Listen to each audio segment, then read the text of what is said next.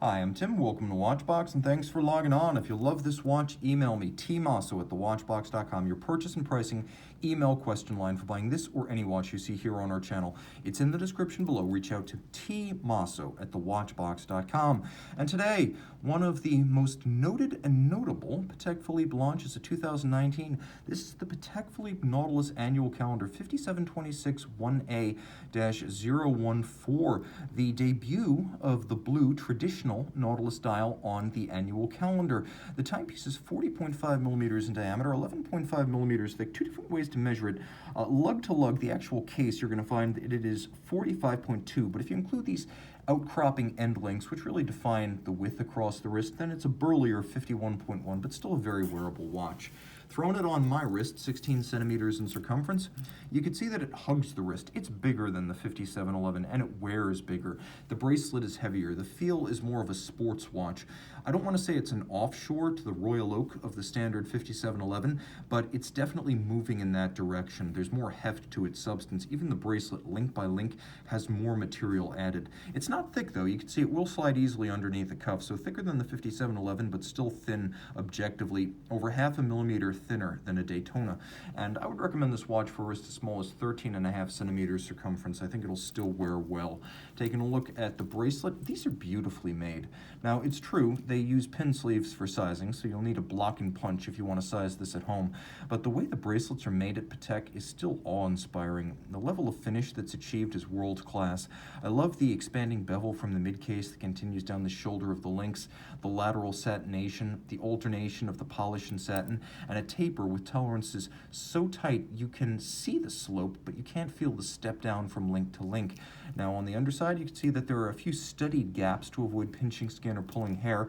The clasp is double folding, and of course we have a clamshell on top to lock it closed, but take a quick look. Spring-loaded ceramic pin snaps inside the clasp so that over time the steel clamshell cannot aggress against the snap and cannot loosen the tolerances of the closure. Impressive, and you can see the underside of the clasp is curved to match the soft underbelly of your wrist.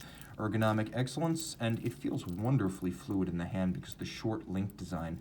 Taking a look at the flanks, you can see why the Nautilus costs more than the Aquanaut. Even though they have the same basic movement, the Nautilus case is far more involved to assemble, and as you can see with the small bevels, alternation between polish and satin, the sharp breaks between planes and curves, it's also a more complex case.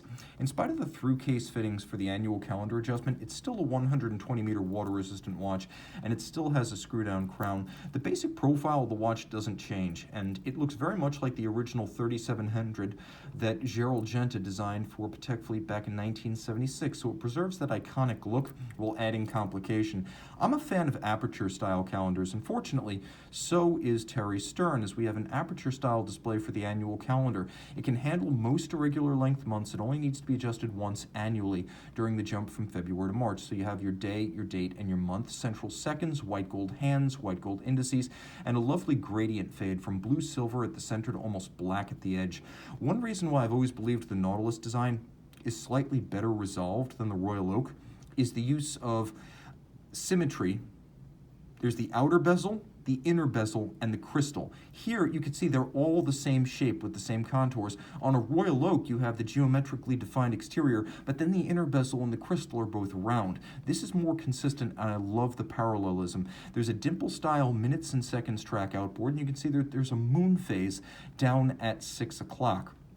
It's coaxial with a 24-hour indicator, and that 24-hour indicator lets you know the hours during the night when you should not be adjusting the watch using the pushers on the case. And if you want to know what those hours are, I always recommend people not adjust the calendar between 8 p.m. and 4 a.m.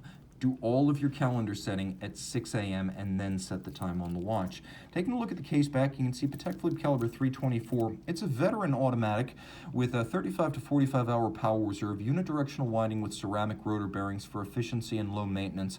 6 positions adjusted, which is superb, as chronometers are generally only adjusted in 5. 6 gives deviation and timing error, no position in which to hide. Free-sprung Patek Gyromax style balance, and a silicone hairspring for anti-magnetism. It's a robust and beautifully finished movement. You can see that the beveling on the edge of the bridges just glosses and gleams right here.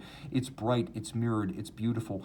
It's not as comprehensively hand-finished as a Grand Complication, but it is a significant step above something like, for example, F. Pigeon or Audemars Piguet's standard calibers. You can also see it's good-looking all around, and that is not always the case with automatic movements. If it lacks for refinement, it's only one refinement that it lacks, and that is the stop seconds function.